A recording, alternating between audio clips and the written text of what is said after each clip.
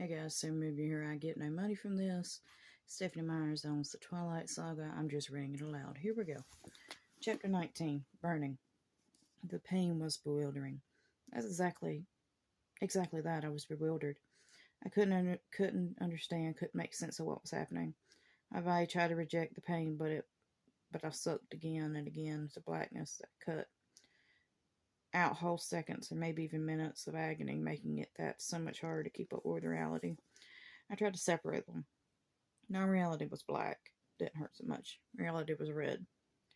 It felt like I was being sawed in half, hit by a bus, punched by a prize fighter, stapled by bulls, submerged in acid, all at the same time.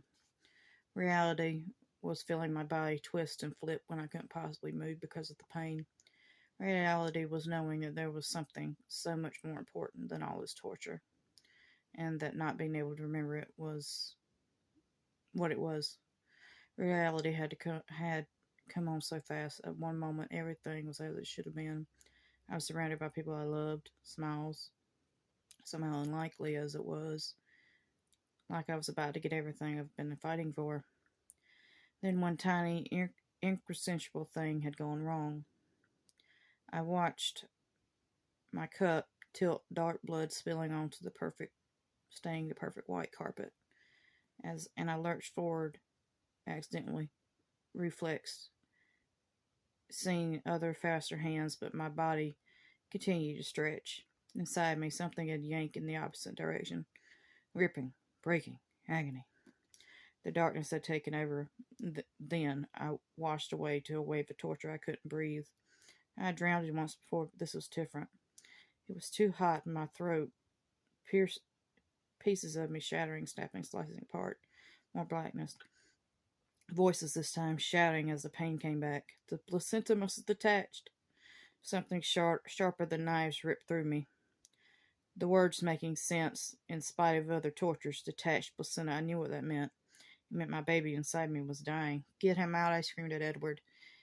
Why hasn't he done it yet? Get him out. He can't breathe. Do it now. The morphine. He wanted to wait to give me painkillers while our baby was dying? No, now, I choked, unable to finish.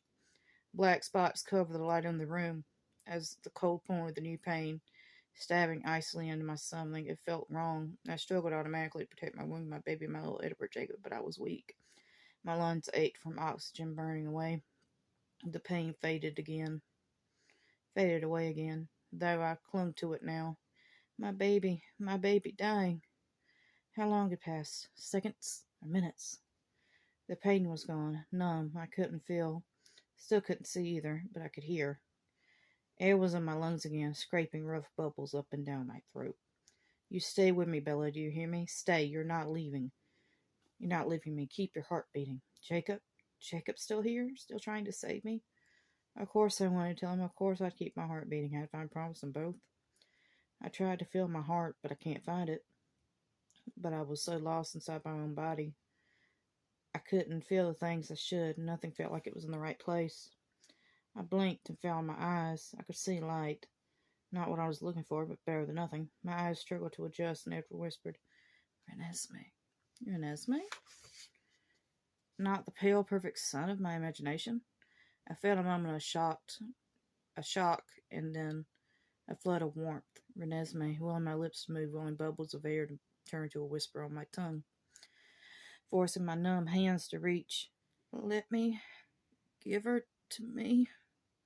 Light danced, shattering off Edward's crystal hands, sparkling with a tinge of red, the blood that covered my skin, and the more red in his hand, something small, struggling, dripping with blood. He touched the warm body to my weak arms, almost as if I was holding her. Her skin was hot as Jacob's. My eyes suddenly focused. Everything was absolutely clear. Renesmee did not cry, but she breathed in quick, startled pants. Her eyes opened wide, her expression shocked as it was almost funny. The little perfect round head was covered in a thick, matted layer of blood curls.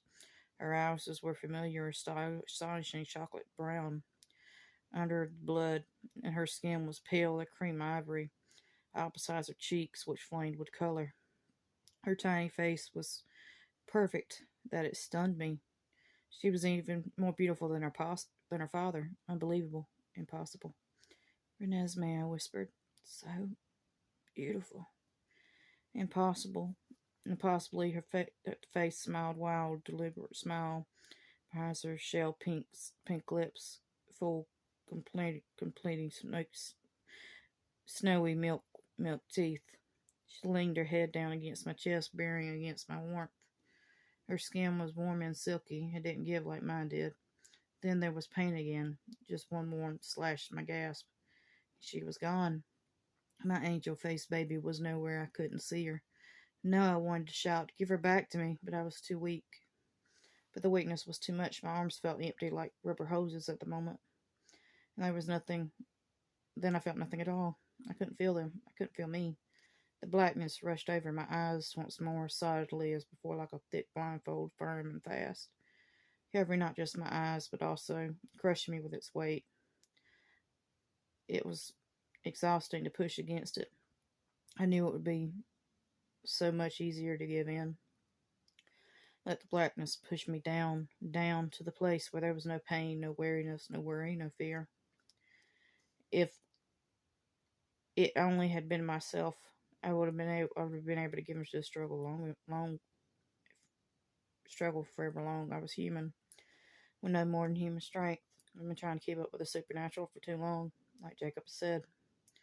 But this wasn't just about me. If I did the easy thing, let the blackness nothing erase me, it wouldn't hurt. Edward, my life and his were twisted into one strand. Cut one, you cut both. If he were gone, I would not be able to live through that. If I were gone, he would not be able to live through it either. A world without Edward seemed completely pointless. Edward had to exist. Jacob said goodbye to me over and over and over, and kept coming back. I needed him. Jacob, who I only wounded so many times it was criminal. Would I hurt him again in the worst way yet? He asked me to stay, and despite everything, now I only asked what I said, stay with him. But it was so dark here that I couldn't see any of their faces. Nothing seemed real. It made it so hard for me to give up. Not to give up. It pushed against me, the black, almost reflexing as I wasn't trying to lift it. It was just resting, allowing itself not to trust me completely. I was the last, as the black felt like a heavy planet. I couldn't shoulder it. All I could do was not be entirely obliterated. I sorted out all the patterns of my life. I would never be strong enough to deal with the things outside of my control, to attack the enemies or outrun them, to avoid pain, always human and weak. There was one thing I'd never be able to do. I was never able to keep going, endure, survive. It had been enough up to this point. It would be enough for the day. I would endure until help came. I knew Edward was doing everything he could. He would never give up, neither would I.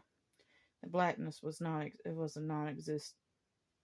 enough to keep non-existence bay by inches. It wasn't enough, though, that discrimination. As time grounded on and on, the blackness gained by a tiny 8/16 of my inches. I needed something to draw more strength from, but I couldn't even pull Edward's face into view anymore. Not Jacob's, not Alice's, not Rosalie's, Charlie's, Renee's, Carlisle's, Esme's, nothing. It terrified me.